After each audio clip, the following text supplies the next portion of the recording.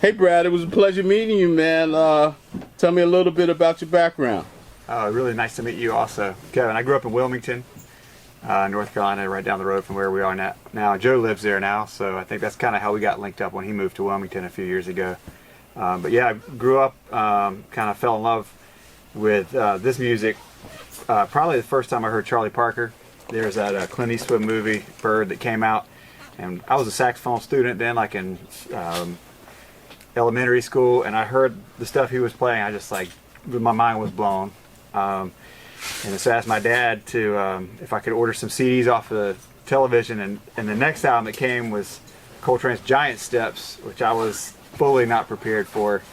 And I almost decided it would be better to put the saxophone down, but I kept playing, and he wants to talk to you too. Oh yeah. Steve, and I'll be back.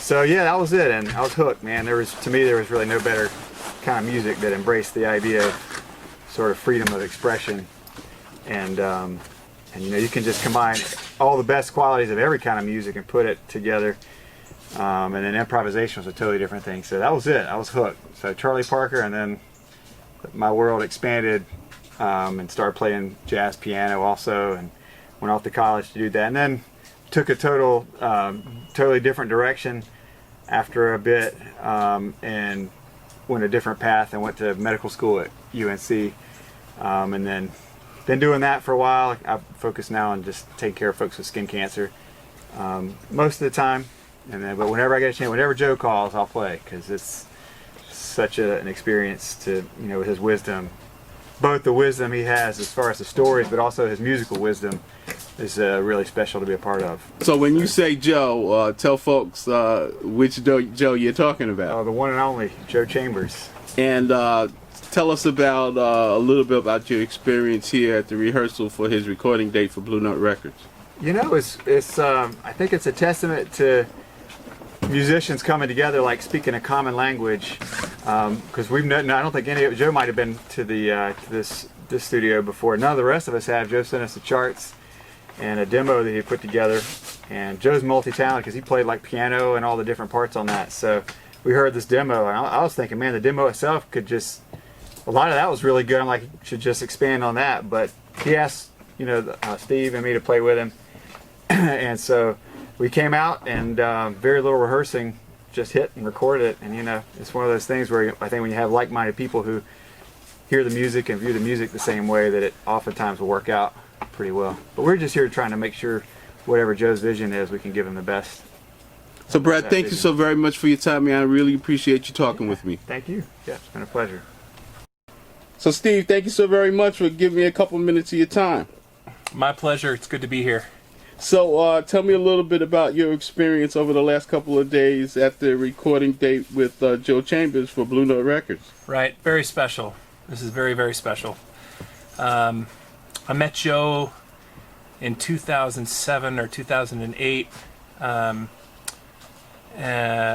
then moved. I was up in New York for about a year and a half, and I got to play with Joe's band, The Outlaws, for about a little over a year, and then we sort of kept playing on and off since then. And so it was really special to get the call. That's for sure.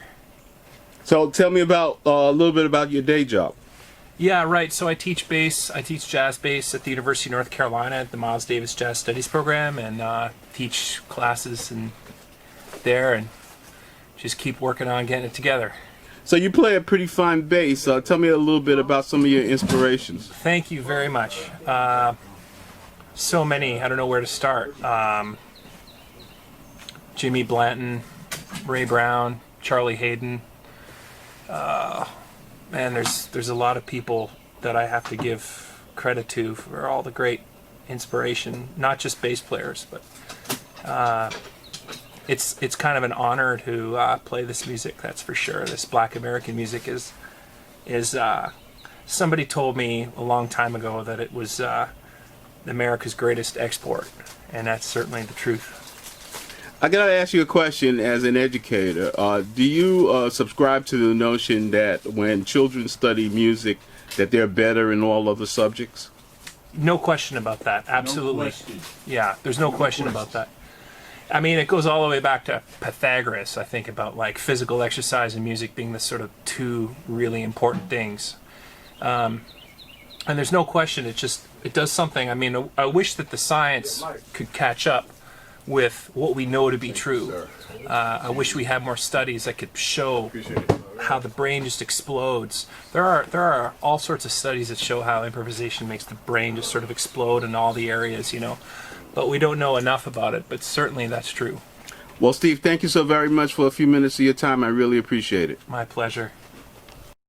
So how you doing, Mike, man? It was a great pleasure spending the last couple of days with you here at your studio in Rocky Point, North Carolina. Well, thank you very So what much. brought you to this neck of the woods? My wife. Period. I'm originally born in Brooklyn, raised in New York, moved to New Orleans, but my wife is from here, and she just wanted to go home. I'm kind of glad I'm here now because her grandma gave us 2.5 acres of land free of charge. Well, that's an incredible thing, man. And I noticed that your studio here has a dual purpose. Tell me a little bit about the other purpose that takes place in this venue. Well, as you see, we do music, and I teach music, and I teach percussion of 17 different instruments. But on the other days of the week that I'm not doing music, I'm a martial arts instructor. I teach Jeet Kune Do, Wing Chun Kung Fu, and Tiger Crane Kung Fu. I've been teaching martial arts now for about 51 years. I have 3 schools, one in Long Island, one in New Orleans, and one here in Rocky Point. So what was your experience like over the last couple of days working with the tremendous musician Joe Chambers? Well, I've known Joe for a good 15, 20 years. I played with Joe in UNCW. I played with Joe on a couple of tours that he did with the school. So I was the percussionist there. He did not know that I had a studio, and when he saw my studio, he was more than eager to be here.